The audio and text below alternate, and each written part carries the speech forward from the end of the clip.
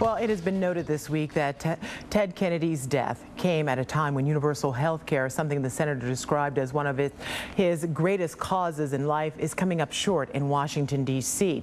So joining us this morning to talk about universal health care and his take on it and what it means is the Watchdog on Wall Street.com economic analyst, Chris Markowski. Thank you so much for being with us this morning. Good to see you bright and early on this Friday morning. What does the senator's death mean to universal health care? Because it really was one of his great causes. Well, a lot of, if you're a big believer, if you want universal health care, you're kind of hoping that this is going to inject some life into the entire idea, because pretty much many senators and many politicians are coming out, especially after this past August, going back to their local constituencies and saying nobody wants this, nobody wants this. You're hoping this is going to breathe some life into this debate. And actually, Robert Byrd, senator, longtime senator from West Virginia, wanted to tie and basically put Ted Kennedy's name on it.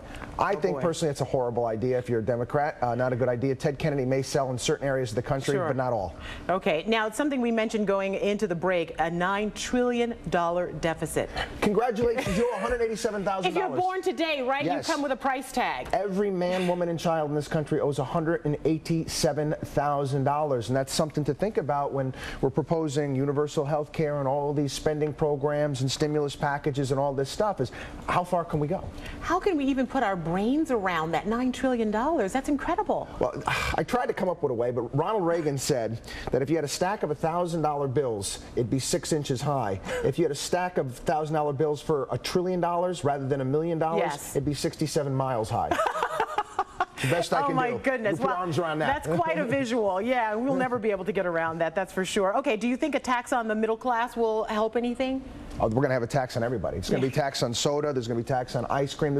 There's taxes coming from every direction. People, you fail to realize we're in a perpetual state of paying taxes. Open up your cell phone bill. You take a look at the bottom. 33% of that bill is taxes. So yeah, I mean, to pay for all this stuff, we're going to definitely be getting taxed at a much higher level. Well, all that good news Friday, this morning. well, it's Friday, right? Making everybody happy today, huh? Yeah, exactly. All right, Chris Markowski, the Watchdog on Wall Street. Thank you so much for joining us this Friday morning. We'll have you back when there's some better news to talk about. Let's hope, right? You got it. All right.